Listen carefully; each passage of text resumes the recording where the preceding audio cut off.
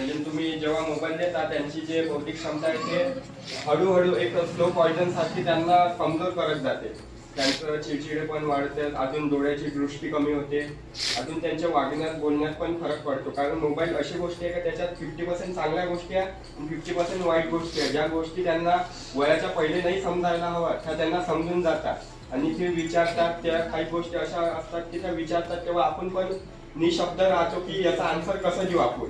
कारण का मुलं जे पाहतात ते विचारतात किंवा ते कृतीत आणतात. आज तुम्ही त्यांच्यासमोर काम करत आहे किंवा शिलाई मशीनची कटिंग वगैरे कागद कट करत आहे तर ते पण कैची घेतात, करून पाहतात किंवा लिहितात तर लिहून पाहतात.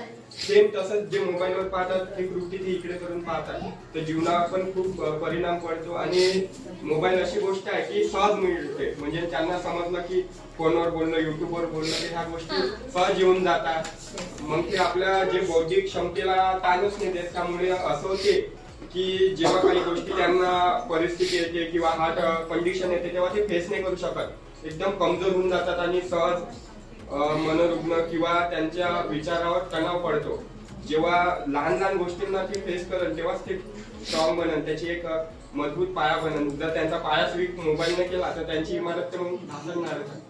त्यामुळे मोबाईलचा खूप कमी प्रमाणात वापर केला पाहिजे. कारण मोबाईल पेक्षाही खूप आयुष्य आहे. पण आपण त्यांना त्या मोबाईलच्या सर्कलमध्ये ठेवलं तर आपण तिथेच राहू. कारण का आज तुम्ही इथे आलाय तर तुमचं सर्कल चेंज झालाय, तुम्ही नवीन गोष्टी शिकत आहे. जर तुम्ही घरात राहिले असता तर चूल आणि मूल एवढंच तुमचं आयुष्य राहिलं असतं.